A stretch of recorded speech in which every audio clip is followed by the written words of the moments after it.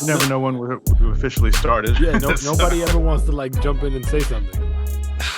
So we have shit. Let me ask you guys: should we, every so many episodes, as we hopefully gain new listeners, should we, let those listeners know our different fatherhood story, like in short, like whatever. Should that be something we do maybe every few episodes? Can't hurt. Yeah, I mean, or is it just in our story? Isn't it? Is it just in our little whatever blurb? We can just, essentially, this is Kay. I got one kid. Manny's got 3. E's got 1. Actually, we probably should do an official intro that does that for us every episode. Yeah.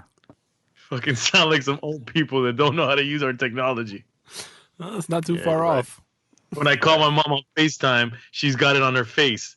Like, that's what FaceTime means, Mom. Oh, man. Yo, we've been doing a lot of podcasting, B. I was just thinking, we got a lot of episodes under our belt. I mean, we're not nowhere near Drink Champs, of course, but we've been doing some pretty consistent work. So, nice. It's actually been making me think a lot harder just about my parenting, honestly, which is a good thing, I think. It's almost like I'm gaining more empathy for my child, because I'm just realizing even more that Dan, he's just a kid, man. He's 6 years old, and I can hear myself and it's not like me and my wife are super disciplinarians, but there's just with the kid, or at least a 6-year-old, there's always that chatter of, stop, don't do that, don't touch this, blah, blah, blah. And then after a while, I started wondering, like, damn, am I harping on him too damn much? Like, he's just a kid, Like the other day, I was looking at his face, like we were saying something, and he was still. It was not like he was upset, but it was almost like I was sick of hearing myself saying, don't do this, and I was just kind of looking at his eyes, and he was apologetic, and he was saying, but I didn't mean to do it, and then it made me think, like, damn, these kids, man, they're just young. They don't know any better. They're trying to do their best. It's their job to push the envelope a bit as well, try to get away with whatever they can get away with. And it's our jobs to try to guide them in the right direction. But it's also our jobs to be mindful of and have empathy for them. And it was just making me think, like, man, it's kind of like when you're at a new job or something, you don't know what you're doing, and you're doing some wrong shit, and you kind of feel like an asshole when you mess up or whatever. And I don't know, just the difference is a life. Yeah, yeah, exactly. You fuck this up, you fuck somebody's life up. But it's also like how they're feeling, how they must feel. Like, this is, they're new on the job, really, being a person. Right. And so we got to remember that.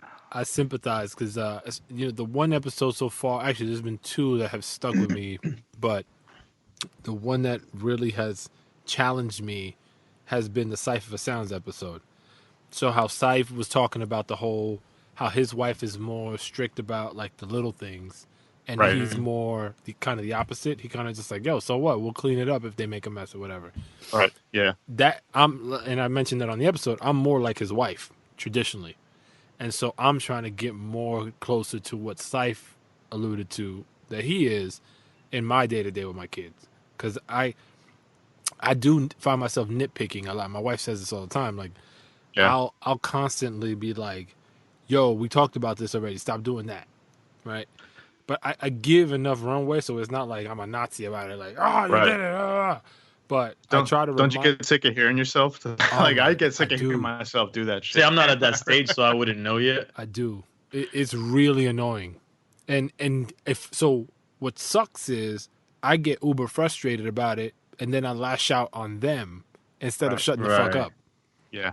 You know what I'm saying? That's what I'm afraid of. Like, you getting frustrated so much about something has nothing to do with them, or it does. It's just you, like, the way you interact with them, that you lash out at the child because really you're just frustrated with yourself more than anything. Yeah. But I think based on what you're saying, Kay, obviously there's no wrong or right way. Anybody that I kind of respect, has told me there's no wrong or right way, you know, and there's no handbook to parenting. But I do think that balance at the end of the day is, you know, is probably the best place to be. You know, you got to have a certain amount of discipline, and you got to have a certain amount of, you know, looseness to it. Like I feel like in my Gemini-ness, I can do that. You know, like I feel like I'm very uber, like I want to organize and clean, but then like there's another side of me that clicks that I'm just like, buck wild, let's play, you know, I act like a fool with my child, jump on the floor, let's get dirty. And then when it's time to probably clean it up or whatever, you want to make sure they come away with being able to have fun, and then know that when that's over, it's time to like clean up or fix things and organize. Because in the long run, we would think that those are the type of things that are going to make them better adults. You know, I mean, I guess if that's what you want to teach your kids, maybe you want to teach your kids to be something else. Right. Or there's plenty of people who don't teach their kids any of that shit. And yeah, I mean, whatever. Maybe people running wild, I guess. Fucking, yeah, you want to be a wild banshee with your fucking no shoes on, running around chancletera in Walmart. No bra on. Pata sucia.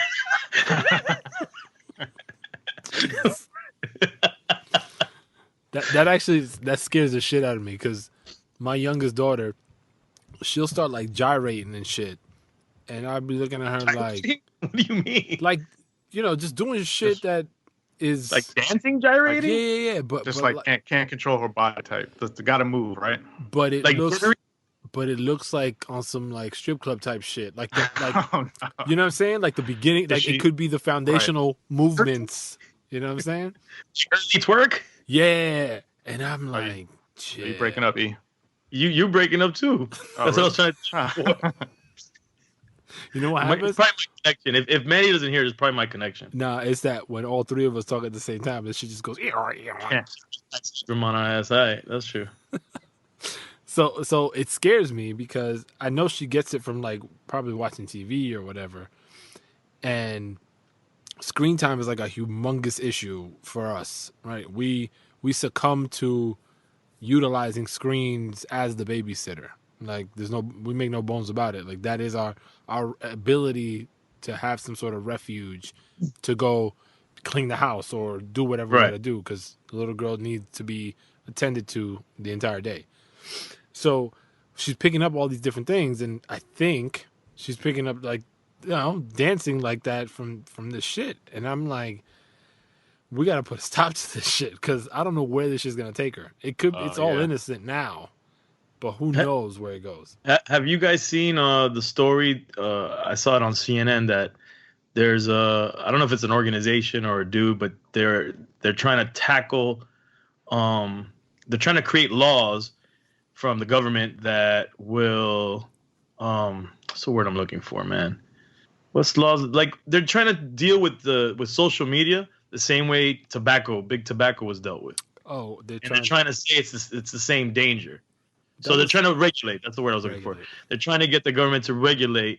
And, you know, in the past, you know, all of us who grew up in you know, the internet age or whatever, it was always, you know, we've always felt like the internet is free. It's an open society. You know, it should never be regulated. But now, man, we're starting to see the effects of kids who just grew up in this internet age, in social media age.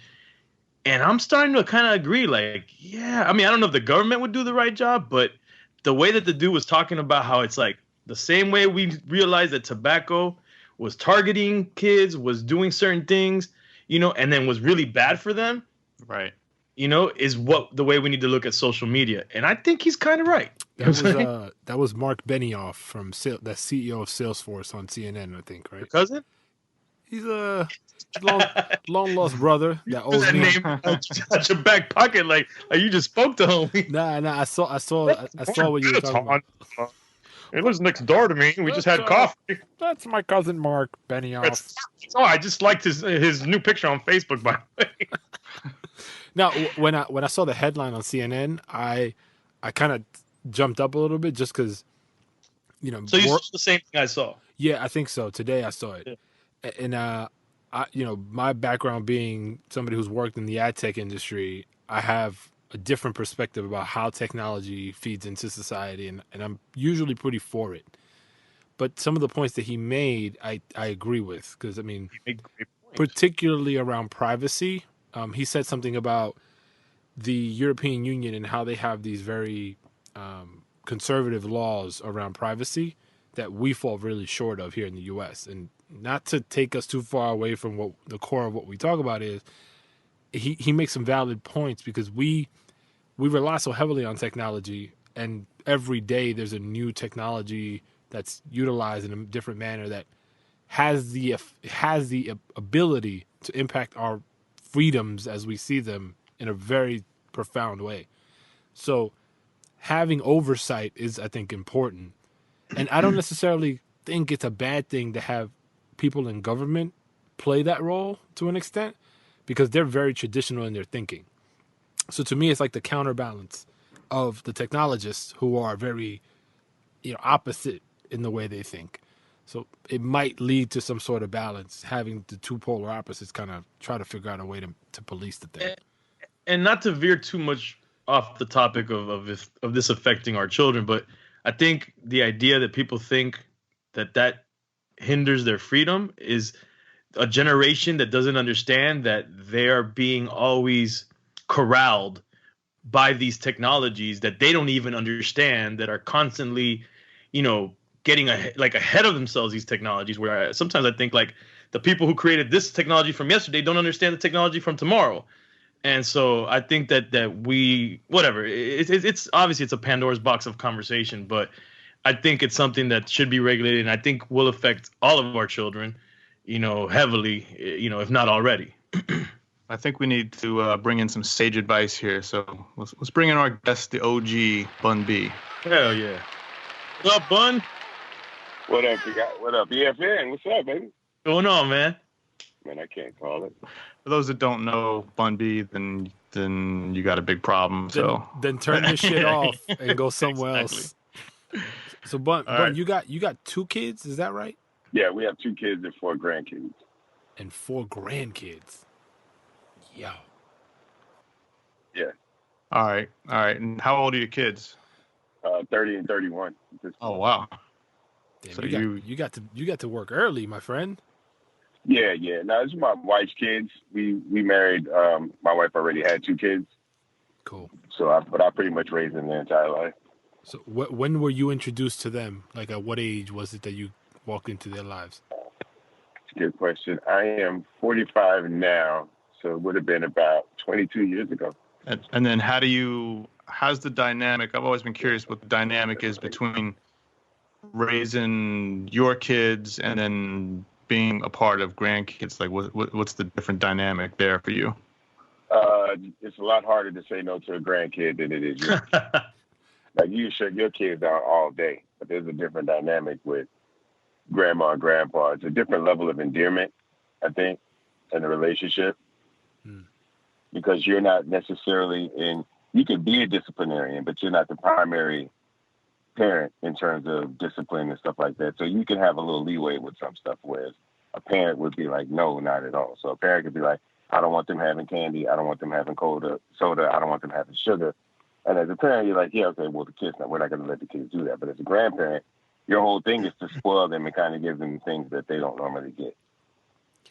So that can become, it doesn't become a problem, but it becomes a whole thing. Like, look, I know y'all going to do this and do that. Please don't let her do this, because when it gets back to me, like, it's a whole different level of explanation, Because we give them all the sugar and then drop them off, then they're all hyped up, and the parents can't do what they need to do to get through the day. My mother always says, so Bun, this is Manny Digital. I have 3 children, and my mom always says, not like shitting on me necessarily, but like she wishes she had her grandkids before she had her kids, because the adoration she feels for her grandchildren is a very different one than she felt for her children. And I don't take it like, fuck you, kid, I don't like you. It's more like there's just a whole different level of love that she's feeling. And it sounds like you see that in your own world as well. Is that correct? Absolutely. I know for my wife, it's, my wife gets to notice little things that as the grandchildren are growing up in their very early formative years, we're talking maybe between 1 and 5, my wife can see little things in our grandkids that our kids would do, you know? You can see different mannerisms, like who's a good sport, who's a bad sport, that type of thing, what kind of snacks they're privy to, you know, what things they're scared of in this world, that kind of stuff. You can see that in the grandkids. So it's a different, and again, there isn't that urgency that, say, a young parent would have. Because when you're a young parent and you have children, you don't really know a lot of things and you're learning a lot of things. When you're a grandparent, you know it all up and down. So it's a different, like I said, it's not like you're raising your own kids where you're trying to figure out when do they need to be fed, those kind of little things that you're trying to figure out as a parent, you know, when they cry, what does it mean? Do I need to go to the doctor every time? That kind of stuff. And grandparents like, no, it's not that serious. It'll be fine. Bun, I'm the new. This is EFM, by the way. I'm the new father of the crew here. I have my daughter's 7 months, and congratulations. Thank you, brother. And one of the things that we're always talking about on this podcast is, do you shelter?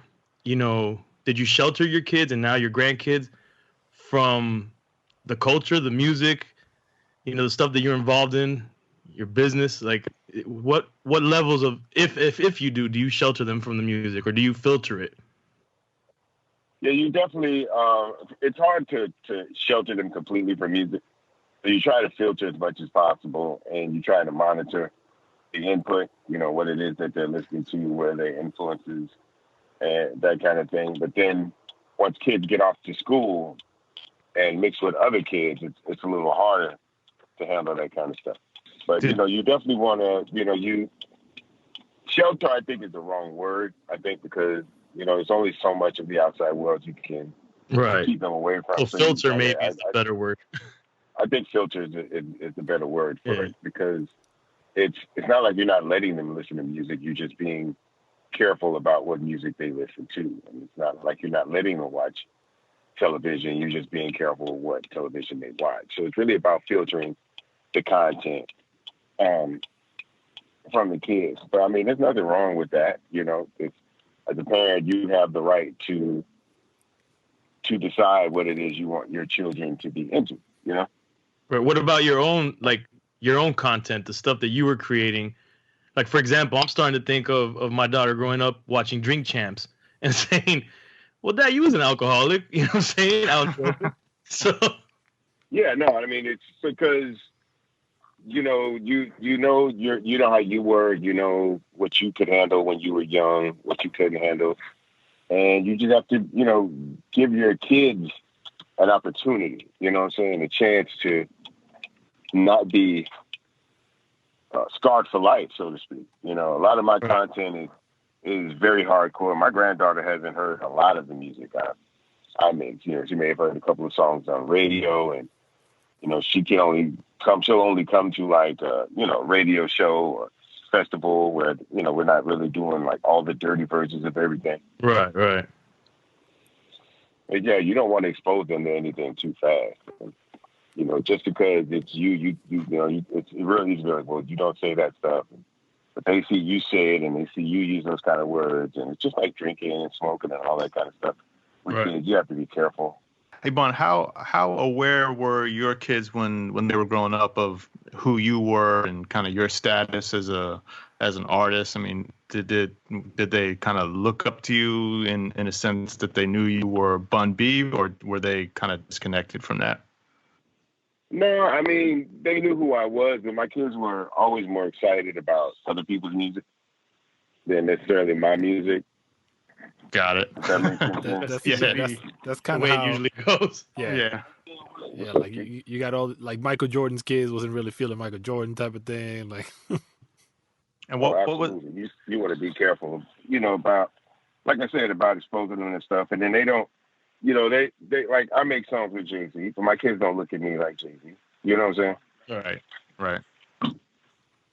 Kids have their own fans, right? The kids' relationship with their parents and the kids' relationship with who they look up to as a musician and who they're into, it's a big difference, you know? If I'm at home, I'm sitting around on the sofa in my underwear kind of thing, watching TV. They see more of that than they see, big stages and performances and stuff like that. And like I said, these kids usually they want to see the other people as opposed to me. They're not really tripping on me. Right. What was your take on discipline with you know, and your wife raising your kids? We've been kind of talking about different things with different folks, and just for us, we're just learning different ways and trying to share that with other people. What was your take on disciplining kids?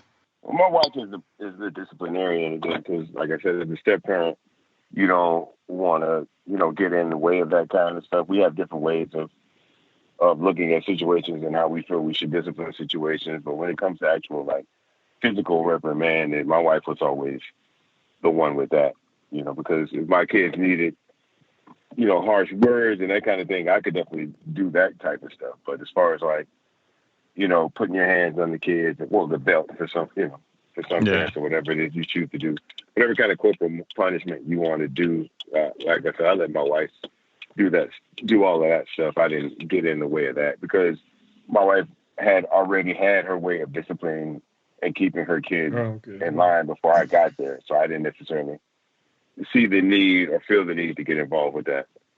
We were talking, but kids need their ass whooped. I mean, I have friends that don't believe that. Like Talib Kweli is a really good friend of mine, but Talib Kweli doesn't whoop his children, and he actually looks at it as abuse when you do whoop your children. Right. So it's like I said, it depends a lot on the way you were raised and what you know about.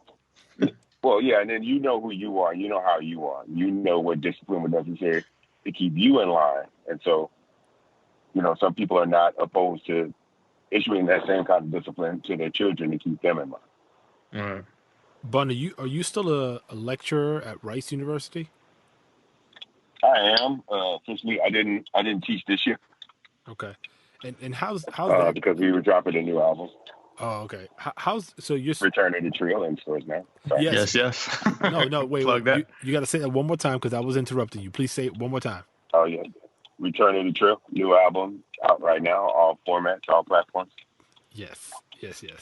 So that dynamic, you obviously being a maybe not a paternal figure to a lot of those students, but you know, an authority figure to an extent, just based on your legacy. How is that dynamic when you're speaking to those kids? Like, what's the content that you're distributing to them? And I'm assuming there's a variety of things in that capacity. Yeah, I mean, we talk about, you know, different forms of religion that are practiced in the world, you know, primarily in America, but then also throughout the world. And how that instills discipline in people, makes them a better person, makes them want to do the right thing in life, contribute to society. For some people, religion doesn't do that, though. Based off their connection with religion, how they were raised within the religion, how they looked at the religion as an adult as opposed to how they were told to look at it as a child. And so people started looking and pulling from different places in their life to make them become a better person, answer the, you know, bigger questions of life. Who are we? Why are we here? What is our purpose? That kind of thing. And so for some people, you know, hip hop makes them want to be a better person. Hip hop as a culture makes them want to be more contributive to society and, you know, make their best effort as a human being while they have this time on this planet. And so we talk about that. So when we talk about my class is, you know, I guess I'm getting ahead of myself. My class is about religion and hip hop, but it's not a music course. It's more of a religious studies course. Right. So it's not in the music department. So music isn't the primary lesson that we're teaching. The primary lesson is about defining religion, how it fits for some people, how it doesn't. Defining music in America from the Negro spirituals up until, you know, today with hip hop and all these different genres of music that we have, and how these things are forms of expression, how people tend to let the world know where they stand, how they feel, who they want to commune with, who they want to be around, and what kind of world they want to live in. And for, you know, like I said, for some people, hip hop as a culture does a better job of informing them of these things than religion does as a practice. Do you think hip hop has the attributes of religion to a degree? Well, I mean, yeah, but like in my class, we define religion as the search for complex subjectivity. So again, religion is based on what it is that helps you define yourself as a person. Like I said, the questions of life that you're trying to answer. Right. You're finding out your purpose, your place in this world. And for some people, like I said, some people could be raised in a very religious home, but not connect with the religion, not connect with the practices based on how the religion was used, right? If you're raised in a house with Christianity, but Christianity is being used to, like say in a white supremacist world, Christianity is being used to prove that white people are better than every other people in the world, right? Mm-hmm. So for some people, they may not want to live in a world like that. So they may have an aversion to Christianity just based on who define themselves as a Christian in their lives. Yeah, it's right? perverted. Right, exactly. So, same thing with, a Muslim extremist or something like that. Or Catholicism with what's going on with the priests and the molestation. Absolutely.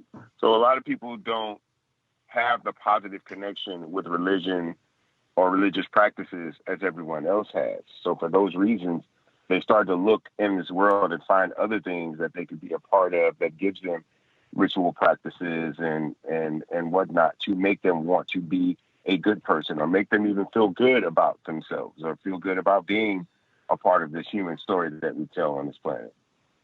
I think that's deep as we got in fatherhood so far.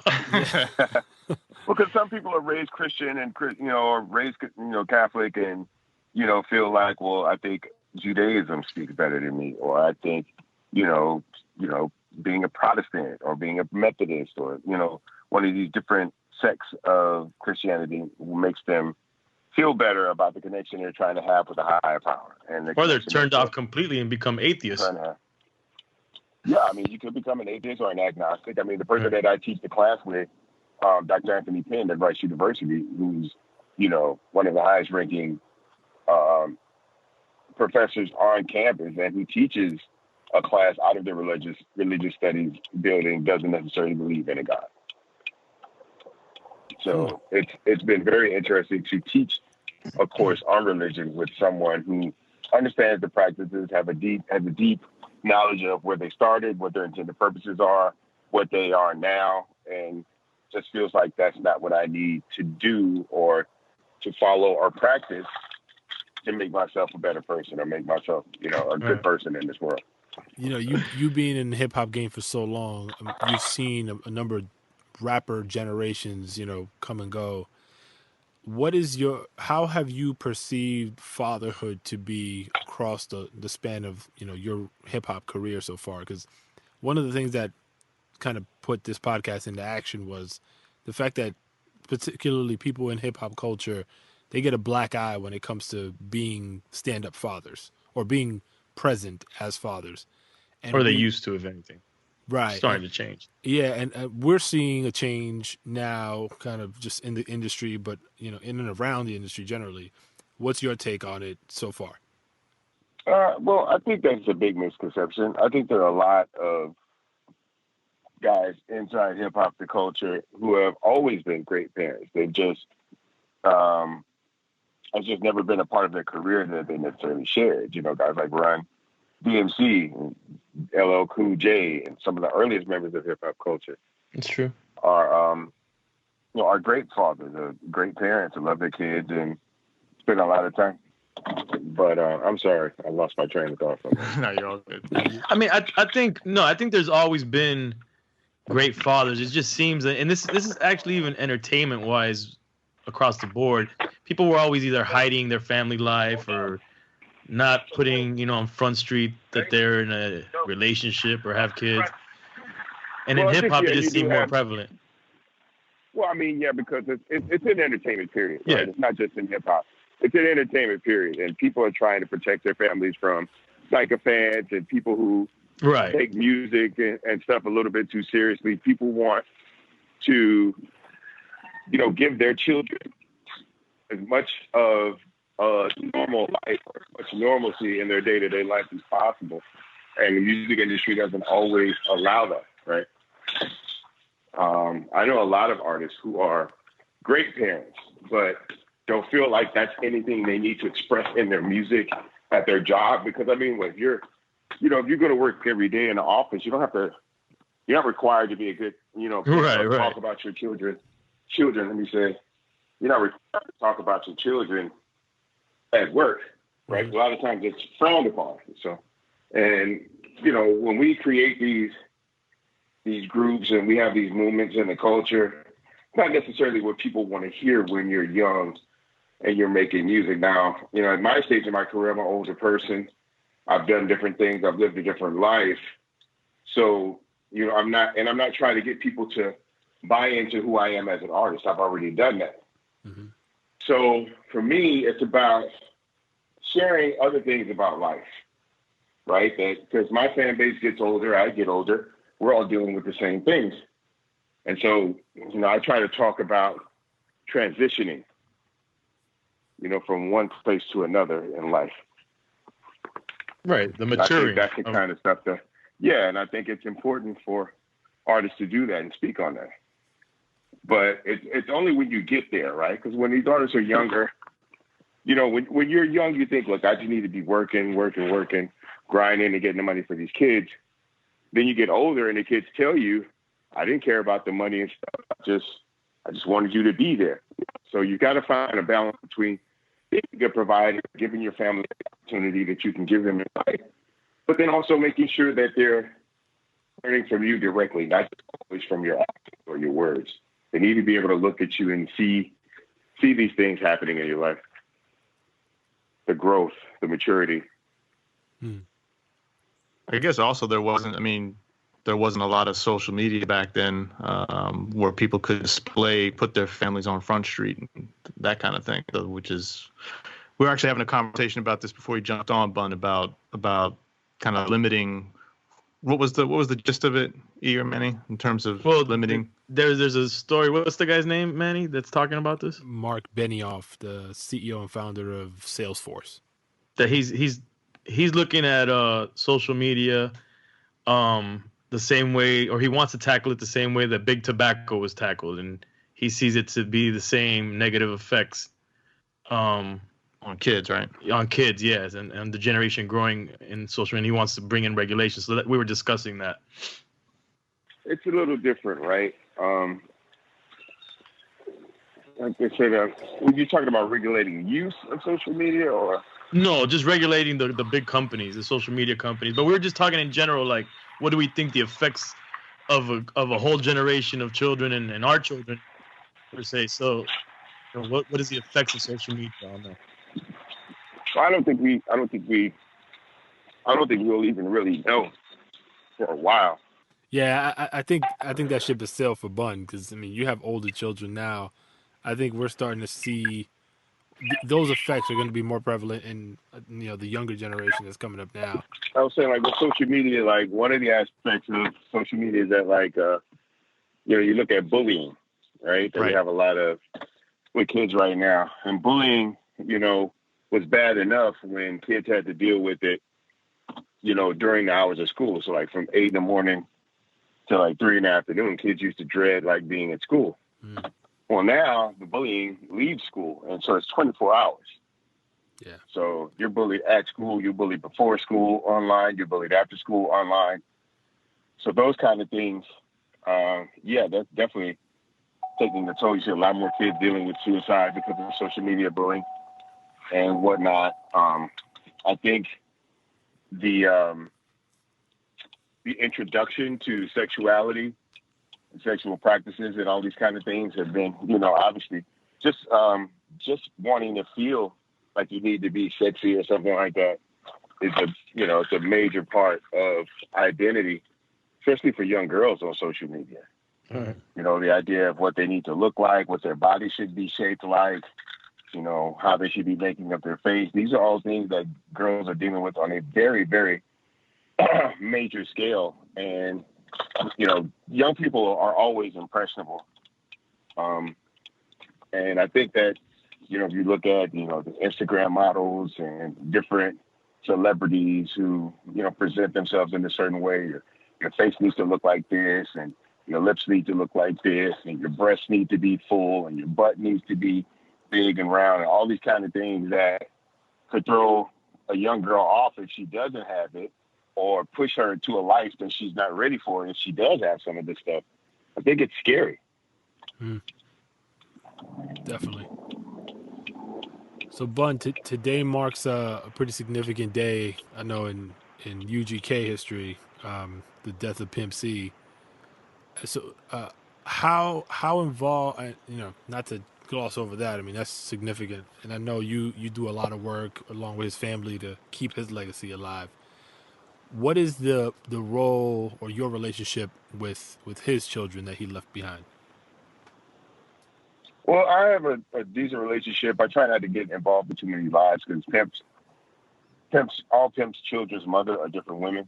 Oh, okay. And so different people get along in different ways. They're all older now. They all don't live in the same city. So that becomes a situation. But it's really just about, letting them know who their dad really was and what their dad would expect of them, right? Mm-hmm. My Pimp's oldest son is, he's a man now. He's a full-grown man. He's in his 20s. And he was old enough to be around his dad for a considerable number of years before his dad passed.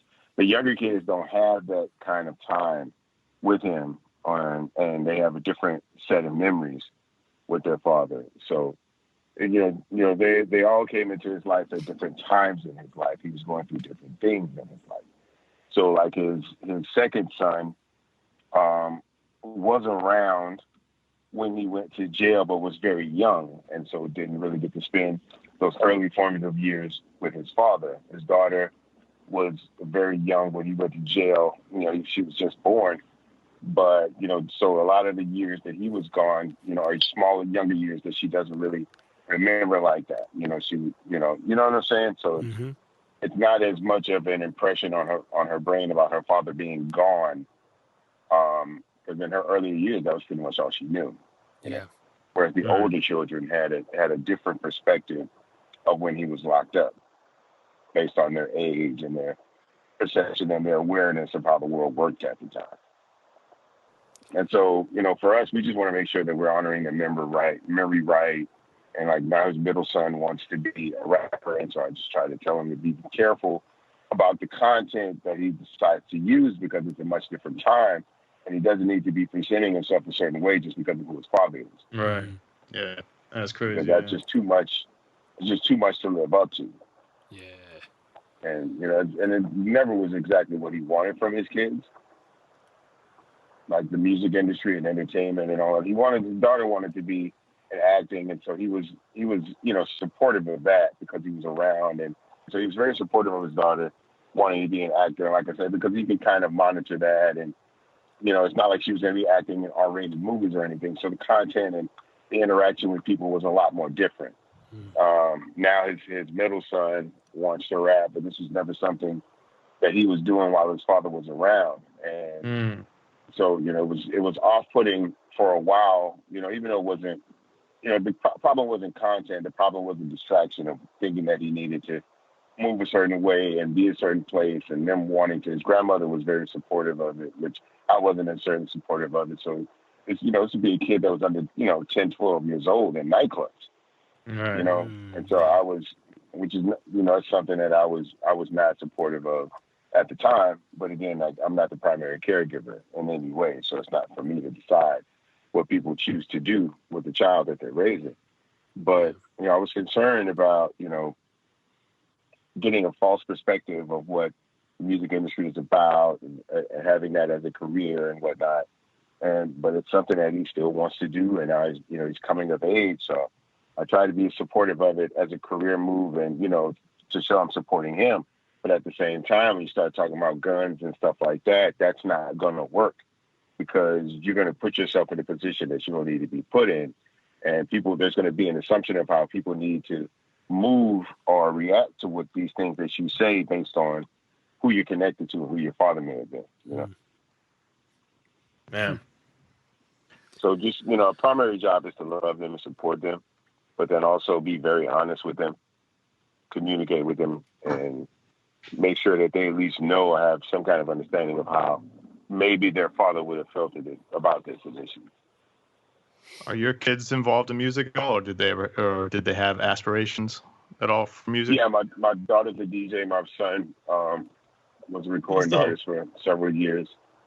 And that was my thing. Like with him, he wanted to be in the music industry. They both wanted to be in the music industry because they thought it would be easy because I was in the music industry and they thought being connected to me, people would just let them do what they wanted to do and that songs would automatically get played and that money would automatically be made. And that was, that was the furthest thing from the truth, Right. The reality is that, like when I told my son he wanted to be a rapper, I'm like, look, you're going to get compared to me constantly when you make music, which is not going to be a fair comparison because you don't make the kind of music that I make. Younger people make different music. It's more dance-oriented, party kind of music. We made different music. We made more, street music. And so my thing was, I can give you, information and help guide you in a certain way, but at some point, you're going to have to do this on your own. Like, can't just give you verses and features because you're never going to learn anything about the hustle. You're going to be trying to get by off of being connected to me. So at some point, you're going to have to go out here and learn how to be your own man when you go to work. Because if you take any other job in the world, I can't walk you through that. I can't go to work with you. You've got to figure that out. Mm-hmm. You're making kids. You're going to be responsible for those kids. And so you need to, be prepared to, go out and get a good job in case the music stuff doesn't work.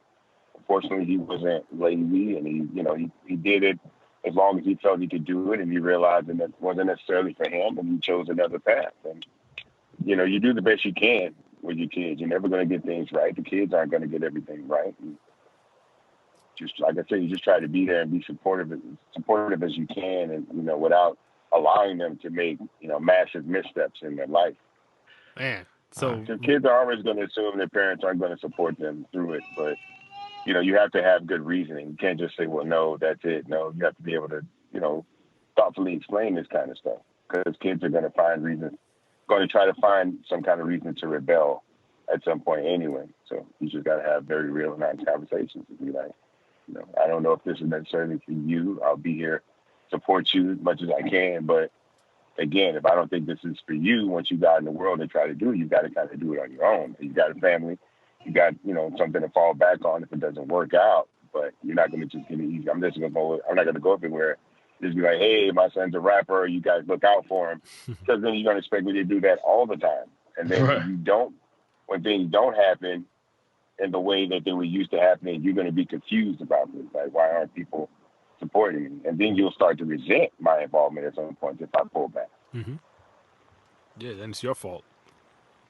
I used to do teaching, so as many kids as I've spoken to about music and have a plan B, they never want to hear that.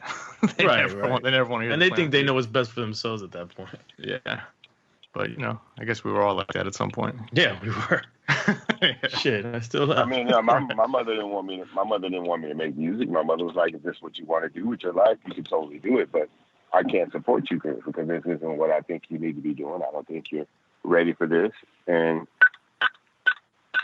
so my mother kind of backed all the way out of it. My mother expected me to try it for a year, but I would fall on my face and then I would come back home crying to Mom, but I haven't been home since. Wow.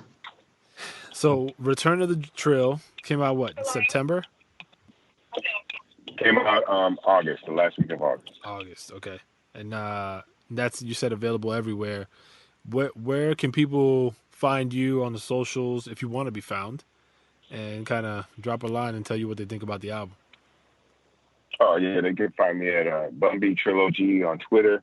They can find me at Bun B on Instagram and at Bun B of UGK on Facebook. We're out there. We're interacting with people, giving them a place and a space to where they can come and show love. Not everybody shows love, but, it is what it is. Social media. Right. But we do want to make ourselves accessible and available to people. Absolutely. I've never been a person to keep myself separated from the people.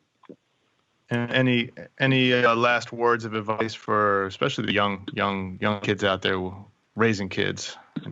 Anything to follow you could pass on to them? Yeah, just remember yourself.